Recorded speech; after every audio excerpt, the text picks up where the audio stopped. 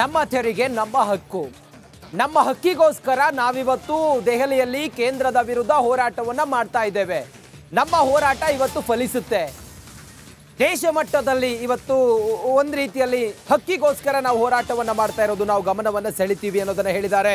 ನಮ್ಮ ಹಕ್ಕಿಗಾಗಿ ಇಂದು ಪ್ರತಿಭಟನೆ ಮಾಡಲಿದ್ದೇವೆ. ಕೇಂದ್ರ ಸರ್ಕಾರದ ಗಮನವನ್ನ ನಾವು ಸೆಳೆಯಲಿದ್ದೇವೆ. ಇಂದಿನ ನಮ್ಮ ದೆಹಲಿ ಚಲೋ ಫಲಿಸಲಿದೆ ಅಂತ ಹೇಳಿ ರಿಪಬ್ಲಿಕ್ ಕನ್ನಡಕ್ಕೆ ಎಕ್ಸ್ಕ್ಲೂಸಿವ್ ಆಗಿ ಸಂಸದ ಡಿ.ಕೆ. ಸುರೇಶ್ ಅವರು ಹೇಳಿಕೆನ ಕೊಟ್ಟಿದ್ದಾರೆ.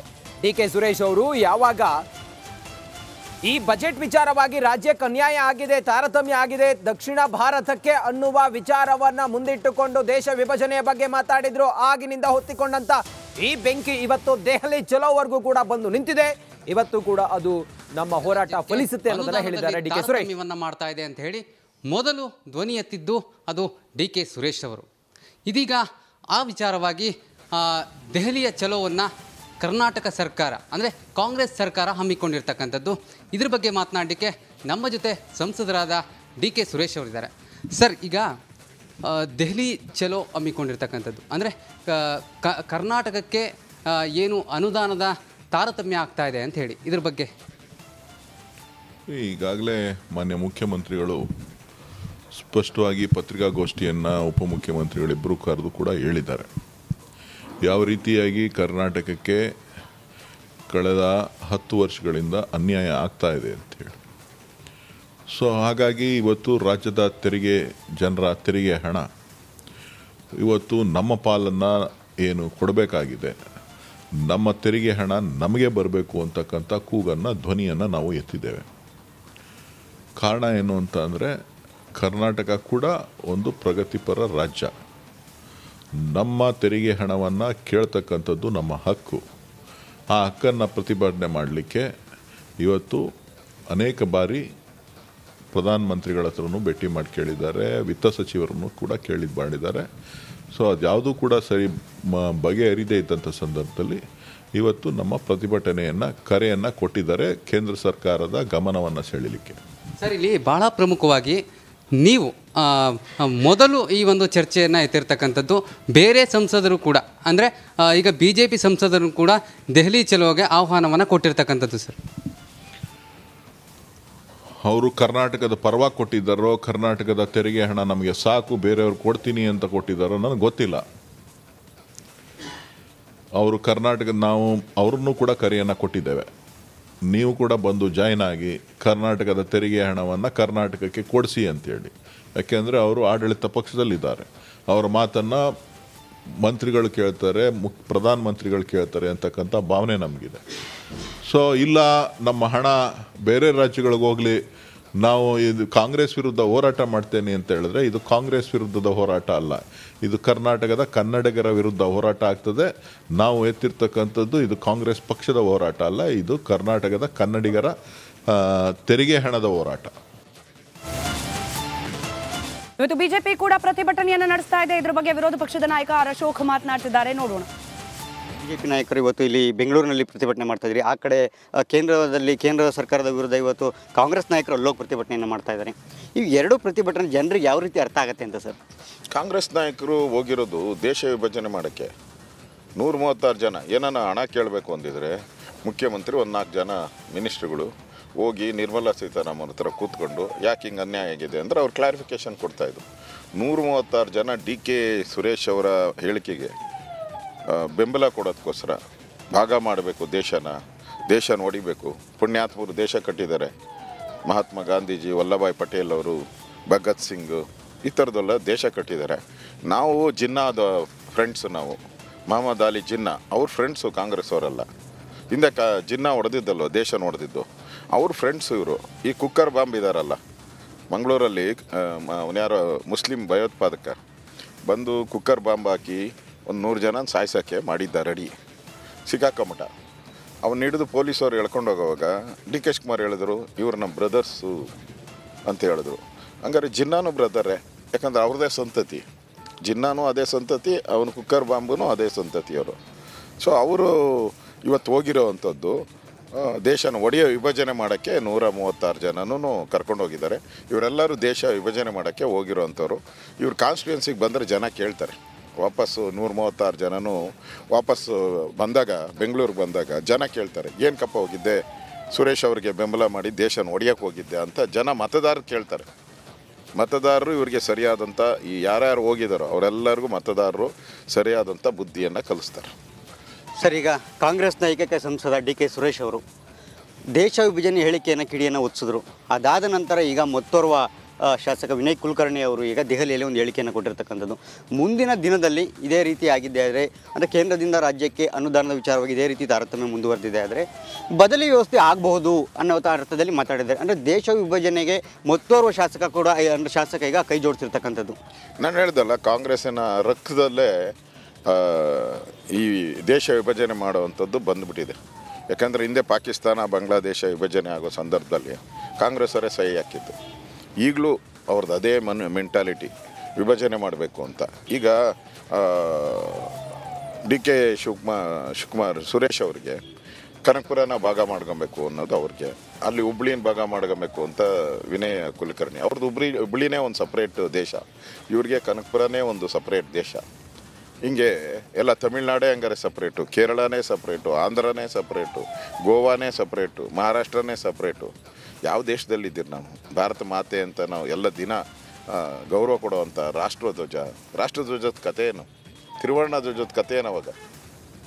ಅಂದರೆ ಇವರೆಲ್ಲ ಸಂವಿಧಾನಕ್ಕೆ ಅಗೌರವ ಮಾಡ್ತಾ ಇದ್ದಾರೆ, ತ್ರಿವರ್ಣ ಧ್ವಜಕ್ಕೆ ಅಗೌರವ ಮಾಡ್ತಾ ಇದ್ದಾರೆ. ಇಂಥವರು ಇವತ್ತು ಡೆಲ್ಲಿಗೆ ಹೋಗಿರೋ ಅಂಥದ್ದು ಒಂಥರ ನಾಚಿಕೆಗೇಡಿನ ಸಂಗತಿ. ನಾಚಿಕೆ ಆಗಬೇಕು ಇವ್ರಿಗೆ. ಸುರೇಶ್ ಅವ್ರಿಗೆ ಬೆಂಬಲ ಮಾಡಿ ಹೋಗಿದ್ದೀರಿ ಅಂತ ಹೇಳಿದ್ರೆ ನಾಚಿಕೆ ಆಗಬೇಕು ಇವ್ರಿಗೆ. ಈಗ ಕಾಂಗ್ರೆಸ್ ಸಂಸದವರು ಕೊಟ್ಟಂಥ ಹೇಳಿಕೆ ಪ್ರಿವಿಲೇಜ್ ಮೂವ್ ಆಗಿರಬೇಕು ಈಗ ಆಗಲಿನ ಕೇಂದ್ರದಲ್ಲಿ, ಅದು ಕೂಡ ಒಂದಂತ ಕೊಂದಿರ್ತಕ್ಕಂಥದ್ದು. ಈಗ ಕಾಂಗ್ರೆಸ್ ಶಾಸಕ ಇಲ್ಲಿ ಕೊಟ್ಟಿರ್ತಕ್ಕಂಥ ಹೇಳಿಕೆ, ವಿನಯ್ ಕುಲಕರ್ಣಿ ಅವ್ರ ಹೇಳಿಕೆ, ಇದನ್ನು ವಿರೋಧ ಪಕ್ಷದ ನಾಯಕರಾಗಿ ನೀವು ಯಾವ ರೀತಿಯಾಗಿ ಇದನ್ನು ತಗೊಂಡು ಹೋಗ್ತೀರಿ ಅಂತ? ಇದನ್ನು ಭಾಳ ಸೀರಿಯಸ್ ವಿಚಾರನೇ ಕೂಡ. ಇದ್ರ ಬಗ್ಗೆನೂ ಕೂಡ ನಮ್ಮ ಎಲ್ಲ ನಾಯಕರ ಜೊತೆ ನಾನು ಚರ್ಚೆ ಮಾಡ್ತೀನಿ.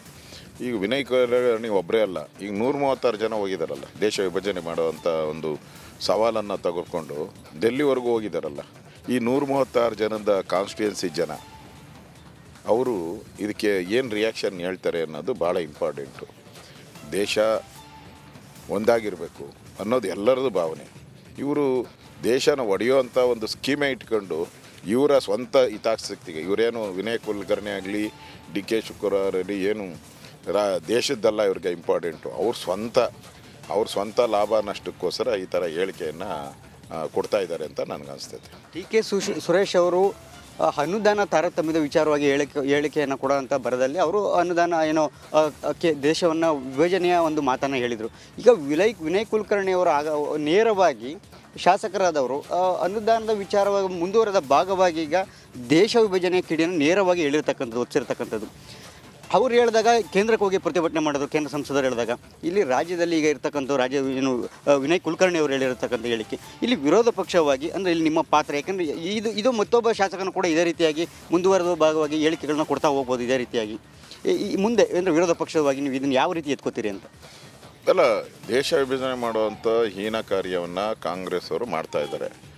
ನಾವು ವಿರೋಧ ಪಕ್ಷ ಆಗಿರಲಿ, ಸಾಮಾನ್ಯ ಒಬ್ಬ ನಾಗರಿಕ ಆಗಿರಲಿ, ಪ್ರತಿಯೊಬ್ಬ ನಾಗರಿಕನು ದೇಶವನ್ನು ಪ್ರೀತಿಸುವಂತನು, ಭಾರತ ಮಾತೆಯನ್ನು ಪ್ರೀತಿಸುವ ಪ್ರತಿಯೊಬ್ಬ ನಾಗರಿಕನು ಕೂಡ. ದಿನದ ಟಾಪ್ 30 ಸುದ್ದಿಗಳನ್ನ ಒಂದೊಂದಾಗಿ ನೋಡ್ತಾ ಹೋಗೋಣ. ಕೇಂದ್ರ ಸರ್ಕಾರದ ಆರ್ಥಿಕ ದೌರ್ಜನ್ಯವನ್ನ ಖಂಡಿಸಿ ಇಂದು ಬೆಳಗ್ಗೆ 11ಕ್ಕೆ ದೆಹಲಿಯ ಜಂತರ್ ಮಂತರ್ನಲ್ಲಿ ಕಾಂಗ್ರೆಸ್ ನಾಯಕರು ಚಲೋ ದಿಲ್ಲಿಯನ್ನ ನಡೆಸಲಿದ್ದಾರೆ. ಇದು ರಾಜಕೀಯ ಪ್ರತಿಭಟನೆಯಲ್ಲ, ಪಕ್ಷಾತೀತ ಹೋರಾಟ ಎಂದು ನಿರೂಪಿಸಲು ಸಿಎಂ ಪ್ಲಾನ್ ಅನ್ನ ಮಾಡಿದ್ದಾರೆ. ಇಂದಿನ ಪ್ರತಿಭಟನೆಯಲ್ಲಿ ಪಕ್ಷಾತೀತವಾಗಿ ಭಾಗಿಯಾಗುವಂತೆ ರಾಜ್ಯದ ಎಂಎಲ್ಎ ಸಂಸದರಿಗೆ ಸಿಎಂ ಸಿದ್ದರಾಮಯ್ಯ ಪತ್ರವನ್ನ ಬರೆದು ಮನವಿಯನ್ನ ಮಾಡಿದ್ದಾರೆ. ಇನ್ನು ಬಿಜೆಪಿ ಲೋಕಸಭಾ ಹಾಗೂ ರಾಜ್ಯಸಭಾ ಸಂಸದರಿಗೆ ಪತ್ರವನ್ನ ಬರೆದು ರಾಜ್ಯದ ಪರ ಧ್ವನಿ ಎತ್ತುವಂತೆ ಕೋರಿದ್ದಾರೆ. ಅತ್ತ ದೆಹಲಿಯಲ್ಲಿ ಕಾಂಗ್ರೆಸ್ ನಾಯಕರು ಕಹಳೆಗನ್ನ ಮೊಳಗಿಸಿದ್ರೆ, ಇತ್ತ ಬೆಂಗಳೂರಿನಲ್ಲಿ ಕೇಸರಿ ನಾಯಕರು ಸಮರವನ್ನೇ ಸಾರಲಿದ್ದಾರೆ. ರಾಜ್ಯ ಸರ್ಕಾರದ ವೈಫಲ್ಯಗಳನ್ನು ಖಂಡಿಸಿ ಇವತ್ತು ಬಿಜೆಪಿ ನಾಯಕರು ಪ್ರತಿಭಟನೆ ನಡೆಸಲಿದ್ದಾರೆ. ವಿಧಾನಸೌಧದ ಆವರಣದ ಗಾಂಧಿ ಪ್ರತಿಮೆಯ ಮುಂದೆ ಬೆಳಗ್ಗೆ 11 ಗಂಟೆಗೆ ಬಿಜೆಪಿ ರಾಜ್ಯಾಧ್ಯಕ್ಷ ಬಿವೈ ವಿಜಯೇಂದ್ರ, ವಿಪಕ್ಷ ನಾಯಕ ಆರ್ ಅಶೋಕ್, ಕೋಟಾ ಶ್ರೀನಿವಾಸ್ ಪೂಜಾರಿ ನೇತೃತ್ವದಲ್ಲಿ ಧರಣಿ ನಡೆಯಲಿದೆ. ಬಿಜೆಪಿ ಶಾಸಕರು, ಪರಿಷತ್ ಸದಸ್ಯರು ಪ್ರತಿಭಟನೆಯಲ್ಲಿ ಭಾಗಿಯಾಗಲಿದ್ದಾರೆ. ಅನುದಾನ ತಾರತಮ್ಯವನ್ನು ಖಂಡಿಸಿ ರಾಜ್ಯ ಸರ್ಕಾರದ ವಿರುದ್ಧ ಹೋರಾಡಲಿದ್ದಾರೆ. ಅನುದಾನ ವಿಚಾರವಾಗಿ ಕಾಂಗ್ರೆಸ್ ಡೊಂಬರಾಟ ಮಾಡುತ್ತಿದೆ ಎಂಬ ಬಿಜೆಪಿ ಆರೋಪಕ್ಕೆ ಸಿಎಂ ಸಿದ್ದರಾಮಯ್ಯ ಪ್ರತಿಕ್ರಿಯಿಸಿದ್ರು. ಇನ್ನು ದೆಹಲಿಯಲ್ಲಿ ರಿಪಬ್ಲಿಕ್ ಕನ್ನಡಕ್ಕೆ ಪ್ರತಿಕ್ರಿಯಿಸಿದ ಅವರು, ಬಿಜೆಪಿ ನಾಯಕರು ಡೊಂಬರಾಟ ಮಾಡುತ್ತಿರುವುದು ನಾವಲ್ಲ, ಎಲ್ಲವನ್ನ ಇಂದಿನ ಪ್ರತಿಭಟನೆಯಲ್ಲಿ ಮಾಡುತ್ತೇನೆ ಎಂದು ತಿರುಗೇಟನ್ನ ಕೊಟ್ಟರು. ಬಿಜೆಪಿ ಒಂದು ಹೇಳಿದೆ, ಇದೊಂದು ರಾಜಕೀಯ ದೊಂಬರಾಟ ಮಾಡ್ತಾ ಇದೆ ಅನ್ನುವಂಥದ್ದು ಸರ್. ಬಿಜೆಪಿ ಒಂದು ಹೇಳಿದೆ, ಇದೊಂದು ರಾಜಕೀಯ ದೊಂಬರಾಟ ಮಾಡ್ತಾ ಇದೆ ಅನ್ನುವಂಥದ್ದು ಸರ್. ಬಿಜೆಪಿ ಒಂದು ಹೇಳಿ ಕೇಂದ್ರ ಸರ್ಕಾರದ ವಿರುದ್ಧ ಕಾಂಗ್ರೆಸ್ ಅನುದಾನ ಸಮರಕ್ಕೆ ಕೈ ಜೋಡಿಸುವಂತೆ ಮಾಜಿ ಪ್ರಧಾನಿ ದೇವೇಗೌಡರಿಗೆ ಸಿಎಂ ಪತ್ರವನ್ನು ಬರೆದು ಮನವಿಯನ್ನ ಮಾಡಿಕೊಂಡಿದ್ದಾರೆ. ಕನ್ನಡ ನಾಡಿಗೆ ಆಗ್ತಾ ಇರುವ ಅನ್ಯಾಯದ ವಿರುದ್ಧ ಹೋರಾಡೋಣ, ನಮ್ಮ ಜೊತೆ ಕೈ ಜೋಡಿಸಿ ಅಂತ ಸಿದ್ದರಾಮಯ್ಯನವರು ಮನವಿಯನ್ನ ಮಾಡಿದ್ದಾರೆ. ಬಿಜೆಪಿ ಸಂಸದರು, ಜೆಡಿಎಸ್ ಸಂಸದರಿಗೂ ಕೂಡ ಸಿಎಂ ಸಿದ್ದರಾಮಯ್ಯನವರು ಕೋರ್ಕೊಂಡಿದ್ದಾರೆ. ಇಂದು ವಿಧಾನಸೌಧದ ಆವರಣದ ಗಾಂಧಿ ಪ್ರತಿಮೆ ಬಳಿ ನಡೆಯಲಿರುವ ಬಿಜೆಪಿ ಪ್ರತಿಭಟನೆ ವಿರುದ್ಧ ಸಚಿವ ಕೆಎಚ್ ಮುನಿಯಪ್ಪ ಕಿಡಿಕಾರಿದ್ದಾರೆ. ಬಿಜೆಪಿ ಸುಮ್ಮನೆ ಆರೋಪವನ್ನ ಮಾಡಬಾರದು, ನಮ್ಮ ಅನುದಾನವನ್ನ ನಮಗೆ ಕೊಡಲಿ, ಆಮೇಲೆ ಅನುದಾನ ಎಷ್ಟು ಕೊಟ್ಟಿದೆ ಅಂತ ಹೇಳಲಿ ಎಂದು ರಿಪಬ್ಲಿಕ್ ಕನ್ನಡ ಮೂಲಕ ವಾಗ್ದಾಳಿಯನ್ನ ನಡೆಸಿದ್ರು. ತಮ್ಮ ವೈಫಲ್ಯತೆಯನ್ನ ಮುಚ್ಚಿಕೊಳ್ಳುವುದಕ್ಕೆ ಕಾಂಗ್ರೆಸ್ ನಾಯಕರು ಅನುದಾನ ವಿಚಾರದಲ್ಲಿ ಅನ್ಯಾಯ ಆಗಿದೆ ಅಂತ ಪ್ರತಿಭಟನೆ ಮಾಡ್ತಾ ಇದ್ದಾರೆ ಅಂತ ಹೇಳಿ ಪ್ರಹ್ಲಾದ್ ಜೋಶಿ ಕಿಡಿಕಾರಿದ್ದಾರೆ. ನವದೆಹಲಿಯಲ್ಲಿ ಮಾತನಾಡಿದ ಕೇಂದ್ರ ಸಚಿವ ಪ್ರಹ್ಲಾದ್ ಜೋಶಿ, ಕುಣಿಯಲು ಬರೆದಿದ್ರೆ ನೆಲ ಡೊಂಕು ಅನ್ನುವಂತೆ ಸಿಎಂ ವರ್ತನೆ ಇದೆ, ಗ್ಯಾರಂಟಿಯಿಂದ ಅಭಿವೃದ್ಧಿ ಕೆಲಸ ಸಾಧ್ಯ ಇಲ್ಲ ಅಂತ ಡಿಸಿಎಂ ಹಾಗೂ ಸಿಎಂ ಹಣಕಾಸು ಕಾರ್ಯದರ್ಶಿ ಬಸವರಾಜ ರಾಯರೆಡ್ಡಿ ಕೂಡ ಈ ಮಾತನ್ನ ಹೇಳಿದ್ದಾರೆ. ಪ್ಲಾನ್ ಇಲ್ಲದೆ ಮನಬಂದಂತೆ ಗ್ಯಾರಂಟಿ ಘೋಷಣೆ ಮಾಡಿದ್ರಿಂದ ಈ ಪರಿಸ್ಥಿತಿ ಬಂದಿದೆ. ಇನ್ನು ರಾಜ್ಯದಲ್ಲಿ ಗ್ಯಾರಂಟಿಯೂ ಸರಿಯಾಗಿ ಜಾರಿಯಾಗಿಲ್ಲ, ಇತ್ತ ಅಭಿವೃದ್ಧಿಯೂ ಆಗ್ತಾ ಇಲ್ಲ ಅಂತೇಳಿ ಕಿಡಿಕಾರದ್ರು. ರಾಜ್ಯದಲ್ಲಿ ಸಂಗ್ರಹಿಸಿದ ಜಿಎಸ್ಟಿ ಪಾಲು ಕಾಂಗ್ರೆಸ್ ಸರ್ಕಾರದ ಬಳಿಯಲ್ಲಿಯೇ ಇದೆ ಎಂದು ಕಾಂಗ್ರೆಸ್ ಕೇಂದ್ರ ಸಚಿವ ಪ್ರಹ್ಲಾದ್ ಜೋಶಿ ವಾಗ್ದಾಳಿಯನ್ನ ನಡೆಸಿದ್ದಾರೆ. ಅಂತರರಾಜ್ಯ ಜಿಎಸ್ಟಿ 50% ರಾಜ್ಯಕ್ಕೆ ಹೋಗ್ತಾ ಇದೆ. ಈ ತೆರಿಗೆ ಪದ್ಧತಿ ನೆಹರು ಕಾಲದಿಂದಲೂ ಕೂಡ ಇದೆ. ನಯಾ ಪೈಸಾ ಜಿಎಸ್ಟಿ ಬಾಕಿ ಉಳಿಸಿಕೊಂಡಿಲ್ಲ. 6,280 ಕೋಟಿ ಬಡ್ಡಿ ರಹಿತ ಸಾಲವನ್ನ ನೀಡಿದೆ. 18,000 ಕೋಟಿ ಅನುದಾನ ರಾಜ್ಯಕ್ಕೆ ನೀಡಲಿದ್ದೇವೆ. ಇನ್ನು ಆದ್ರಿಂದ ಸಿಎಂ ತಮ್ಮ ವೈಫಲ್ಯವನ್ನ ಮುಚ್ಚಿಕೊಳ್ಳಲು ಪ್ರತಿಭಟನೆಯನ್ನ ಮಾಡ್ತಿದ್ದಾರೆ ಎಂದು ಜನರ ದಾರಿಯನ್ನ ತಪ್ಪಿಸಲು ಕಾಂಗ್ರೆಸ್ ಈ ರೀತಿಯಾಗಿ ತೀರ್ಮಾನವನ್ನ ಮಾಡಿದೆ. ಇನ್ನು ಜವಾಬ್ದಾರಿಯುತ ಪಕ್ಷ ಹೀಗೆ ಮಾತನಾಡಲು ಸಾಧ್ಯವಿಲ್ಲ ಎಂದು ವಾಗ್ದಾಳಿಯನ್ನ ನಡೆಸಿದ್ರು. ಲೋಕಸಭಾ ಚುನಾವಣೆ ಹತ್ತಿರವಾಗ್ತಾ ಇದ್ದಂತೆ ಬಿಜೆಪಿ ನಾಯಕರು ಫುಲ್ ಅಲರ್ಟ್ ಆಗಿದ್ದಾರೆ. ವಿಧಾನಸಭೆ ಸೋಲು ಬೆನ್ನಲ್ಲೇ ಲೋಕಸಭೆ ಅಖಾಡಕ್ಕಿಳಿಯೋದಕ್ಕೆ ಮಾಜಿ ಸಚಿವ ಎಂಪಿ ರೇಣುಕಾಚಾರ್ಯ ಮುಂದಾಗಿದ್ದಾರೆ. ಹೀಗಾಗಿ ಟಿಕೆಟ್ ಪಡೆಯೋದಕ್ಕೆ ಮಾಜಿ ಪ್ರಧಾನಿ ದೇವೇಗೌಡರನ್ನ ರೇಣುಕಾಚಾರ್ಯರವರು ಭೇಟಿಯಾದರು.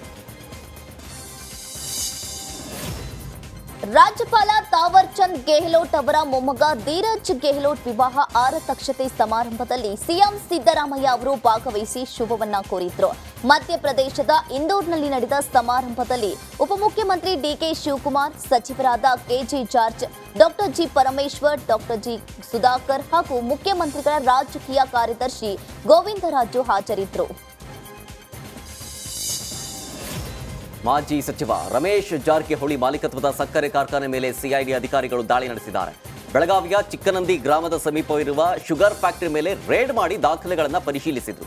ಈ ಸಕ್ಕರೆ ಕಾರ್ಖಾನೆ ಸ್ಥಾಪಿಸುವುದಕ್ಕೆ 439 ಕೋಟಿಯನ್ನ ಅಪೆಕ್ಸ್ ಬ್ಯಾಂಕ್ನಲ್ಲಿ ಸಾಲ ಪಡೆಯಲಾಗಿತ್ತು. ಸಾಲ ಮರುಪಾವತಿ ಮಾಡದ ಹಿನ್ನೆಲೆ ರಮೇಶ್ ಜಾರಕಿಹೊಳಿ ವಿರುದ್ಧ ಅಪೆಕ್ಸ್ ಬ್ಯಾಂಕ್ ಮ್ಯಾನೇಜರ್ ರಾಜಣ್ಣ ಮುತ್ತಶೆಟ್ಟಿ ದೂರು ನೀಡಿದ್ರು. ಬೆಳಗಾವಿ ನೀರಾವರಿ ಇಲಾಖೆ ಕಚೇರಿಗೆ ರೈತರು ಮುತ್ತಿಗೆ ಹಾಕಿದ್ದಾರೆ. ಹಿಡಕಲ್ ಡ್ಯಾಂಗೆ ಭೂಮಿ ಕಳೆದುಕೊಂಡ ರೈತರಿಂದ ಮುತ್ತಿಗೆ ಹಾಕಿದೆ. ಇನ್ನು ಗುಡುಗನಟ್ಟಿ ಮಾಸ್ತಿಹೊಳಿ ಗ್ರಾಮದ ರೈತರಿಂದ ಮುತ್ತಿಗೆ ಹಾಕಲಾಗಿದೆ.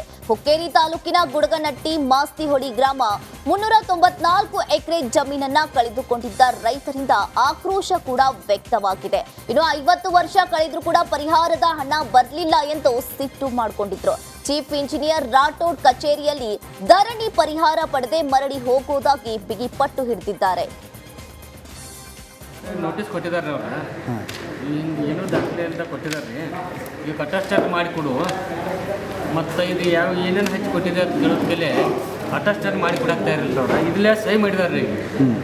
ಈ ಕಾಪಿಗಳಿಗೂ ಇವಕ್ಕೂ ಸಹಿ ಮಾಡಿ ಕೊಡ್ಬೇಕಲ್ಲ. ಇವನು ಸಹಿ ಅಟೆಸ್ಟೆಡ್ ಮಾಡಿ ಕೊಡ್ತಕ್ಕ ನಾವು 2 ದಿವಸ ಹೇಳೋದ್ರಿ ಅಧಿಕೃತ ದಾಖಲೆ ಕೊಡಬೇಕು. ಇವ್ರು ಕೊಟ್ಟು ದಾಖಲೆ ತಯಾರು ಮಾಡ್ಕೊಂಡು ಬಂದಿದ್ರಿ. ಮಣ್ಣಿದ ಮಾಡಬೇಕು.